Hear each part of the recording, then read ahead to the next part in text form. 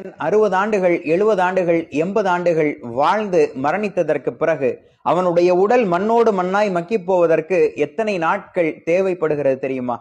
ஒரு மனிதன் மரணித்து விட்டால் 3வது நாளில் அவனுடைய நகம் தனியாக கலண்டு விடுகிறது. 4வது நாளில் அவனுடைய முடியெல்லாம் உதிர்ந்து விடுகிறது. 5வது நாளில் அவனுடைய மூளை உருகி போகிறது. 6வது நாளில் அவனுடைய குடலும் உடலில் இருக்கிற உறுப்புகளும் மண்ணோடு மண்ணாய் மக்கி போகிறது.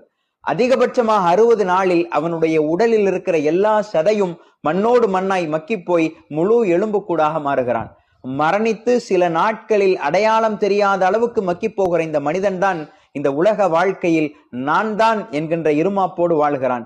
என்னை மீறி ஒன்றும் இல்லை என்கின்ற கர்வத்தோடு வாழ்கிறான். மனிதர்களை இழிவாக பார்க்கிறான். மனிதர்களை ஏளனம் செய்கிறான். காழ்ப்புணர்ச்சியோடு நடக்கிறான். வெறுப்பை மனிதர்களின் மீது உமிழ்கிறான். ஒரு மனிதன் நான் தான் என்கின்ற கர்வமும் என்னை மீறி ஒன்றும் இல்லை என்கின்ற ஆணவமும் அவனுக்கு ஏற்படுகிற போது மரணத்தையும் மரணத்திற்கு பின்னால் இருக்கிற வாழ்க்கையையும் அவன் நினைத்து பார்க்க வேண்டும்.